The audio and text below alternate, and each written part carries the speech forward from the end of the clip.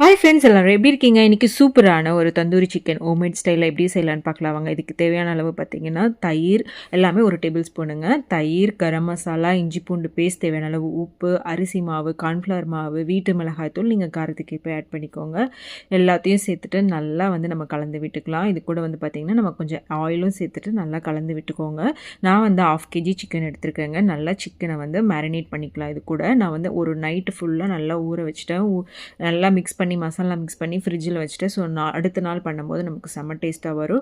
நான் பார்த்திங்கன்னா கடாயிலையும் பண்ணேன், ஓடிஜிலையும் பண்ணேன். ஸோ கடாயில் 2 பீஸ் போட்டுட்டு நல்லா டோஸ்ட் பண்ணி எடுத்துக்கிட்டேன். ஓடிஜிலையும் பார்த்திங்கன்னா 45 மினிட்ஸ் 180 டிகிரி செல்சியஸில் வச்சுட்டு இதையும் நல்லா தந்தூரி பண்ணி நம்ம எடுத்துக்கலாம். செம்ம டேஸ்ட்டாக இருக்கும். நான் பார்த்திங்கன்னா இது சிம்பிளான ஒரு உப்பு பருப்பு அதை வச்சு சாப்பிட்டா செம்ம டேஸ்ட்டாக இருந்தது. நீங்களும் ட்ரை பண்ணி பாருங்கள். ட்ரை பண்ணி பார்த்துட்டு கமெண்ட் பாக்ஸில் எப்படி இருக்குன்னு சொல்லுங்கள். இது சாம்பார் சாதம், ரச சாதத்து கூடலாம் சாப்பிடும்போது செம்ம டேஸ்ட்டாக இருக்கும். ட்ரை